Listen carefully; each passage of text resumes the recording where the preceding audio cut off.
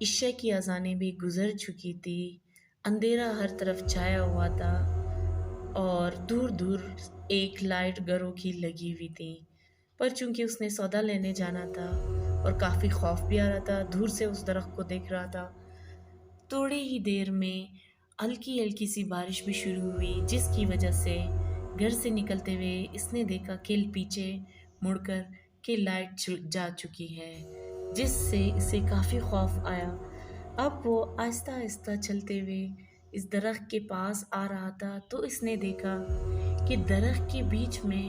بارش ہونے کے باوجود بھی ایک دیا جل رہا ہے۔ یہ دیا بارش کے پانی سے بھی بجھتا نہیں ہے اور یوں محسوس ہو رہا ہے جیسے کہ کوئی عورت ہے اور اس کے چند بچے ہیں، باقاعدہ پالنا ہے، جھولا ہے، اس میں اپنے روتے ہوئے بچوں کو وہ سہلا رہی ہے، اور اس عورت کے بال، ہاتھ، ناخن اور پاؤں اتنے لمبے ہیں کہ وہ اوپر بیٹھی درخت پر اس کے ہاتھ، پاؤں اور بال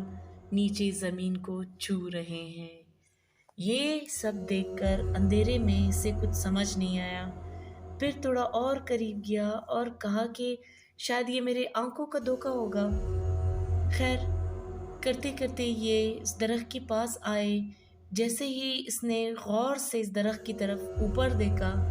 کہا کہ میں ذرا غور سے دیکھوں کہ آخر ہو کیا رہا ہے، کیا یہ واقعی کوئی عورت ہے یا کوئی بچے رہ رہے ہیں اور بارش ہو رہی ہے پھر بھی ان کا دیا نہیں بجھ رہا۔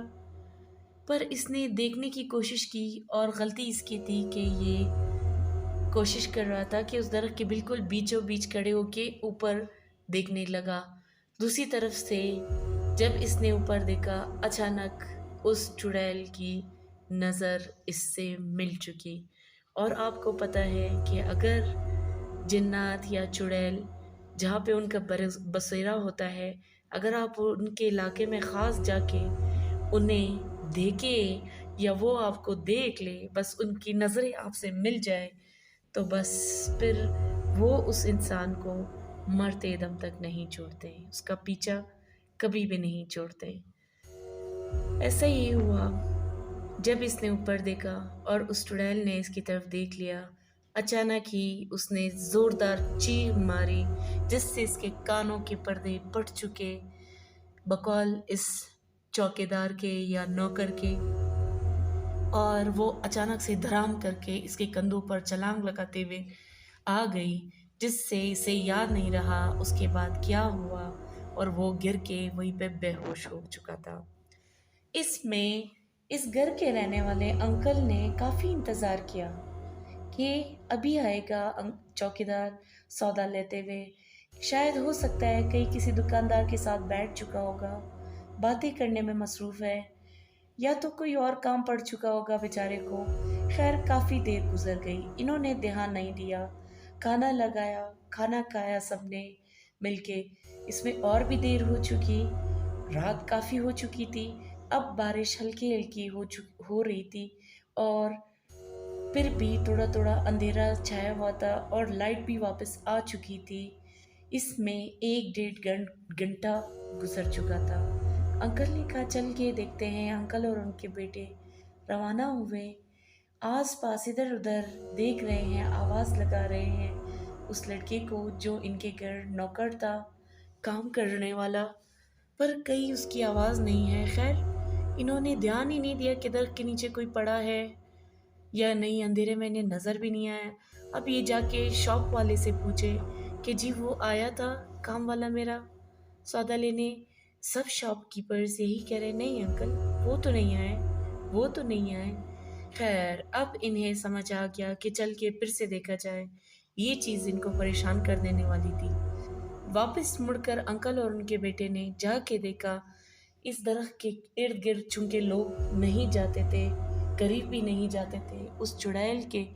بسیرے کی وجہ سے، پر اللہ اللہ کرتے ہوئے یہ وہاں تک پہنچے اور درخت کے گرد دیکھا تو وہ لڑکا کام کرنے والا بری حالت میں بے ہوش پڑا ملا انہیں۔ پھر انہوں نے جیسا تیسا کر کے اسے اٹھایا اور گھر لے کے آئے، مولوی کو بلوایا، دم کروایا اس پر۔ جب اسے دیکھا تو انہوں نے اس کے پیٹھ پہ ایک نشان دیکھا جو کہ ایک خرگوش تھی بہت بڑی سی، جسے کسی نے ناخونوں کو اچھی طرح سے دبا کر اس کا گوشت ہی آدھا کھینچ کے باہر نکال دیا ہو۔ اس سے خون رس رہا تھا کافی، اس کی شرٹ پہ پیچھے کافی خون لگا ہوا تھا، جس کی وجہ سے اس مولوی نے کہا کہ اس کو صاف کرواؤ، دھلواؤ، اور وہ لڑکا اپنی حالت میں ہوش میں بالکل بھی نہیں تھا۔ اسے کوئی بات سمجھ ہی نہیں آ رہی تھی، اس کی آنکھیں اوپر کو چلی جا چکی تھی کیونکہ چڑیل نے اسے بری طرح سے اپنا شکار بنا لیا تھا۔ اب ہوا یوں، اس میں کئی مہینے گزر گئے۔ 6 مہینے تک یہ لڑکا سخت بخار کی حالت میں تڑپتا رہا، کئی سو ڈاکٹروں کے دکھا دیا گیا تھا، پر ہوا یوں کہ یہ لڑکا اپنی حالت کو واپس نہیں آ رہا تھا۔ اس کی دماغ اور سوچ بوجھ سب ختم ہو چکی تھی۔ پھر کسی مولوی نے کہا کہ اس پر کسی جنوں یا بھوت یا کسی پریت یا کسی چڑیل کا سایہ ہے۔ انہوں نے بتایا کہ اس درخت کے نیچے سے یہ بے ہوش ملا تھا۔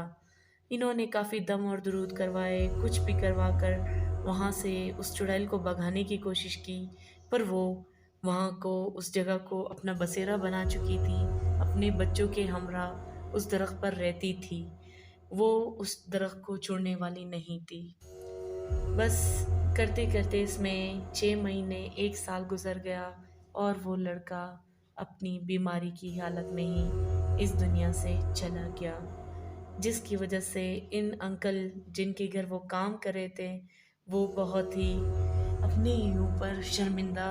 یا برا امبیرسنگ فیل کر رہے تھے کہ شاید یہ سب ہمارے وجہ سے ہوا ہے، کاش ہم اس لڑکے کو کام کے لیے یا سودا کے لیے نہیں بیچتے اس رات، پر کیا کرتے، جو ہونا تھا وہ تو ہو چکا تھا۔ اس پر سخت جنوں کا یا اس چڑیل کا اثر ہو چکا تھا اس بچے پر یا اس لڑکے پر،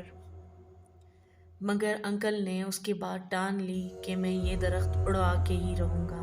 کچھ ہی عرصے میں انکل نے ایک کٹر کو بلوایا، اس نے وہ درخت جڑ سے ہی کاٹ دیا۔ ہوا یوں، کچھ ہی ٹائم بعد انکل نے دعا کی کہ بس اب یہ چیز یہاں سے غائب ہو جائے۔ وہ تو نہیں گئی، پر ٹائم آفٹر ٹائم ہر ایک کو آتے جاتے رات کے سمے میں پھر بھی اس درخت کے آس پاس چیخوں کی آوازیں آتی، اور آتے جاتے رات کے وقت لوگوں کو وہ آج بھی ڈرایا یا اپنے حملے کا نظر کر دیتی۔ آئی ہوپ کہ یہ سچی کہانی آپ سب کو بہت اچھی لگی ہوگی۔ تھینکس اینڈ اللہ حافظ۔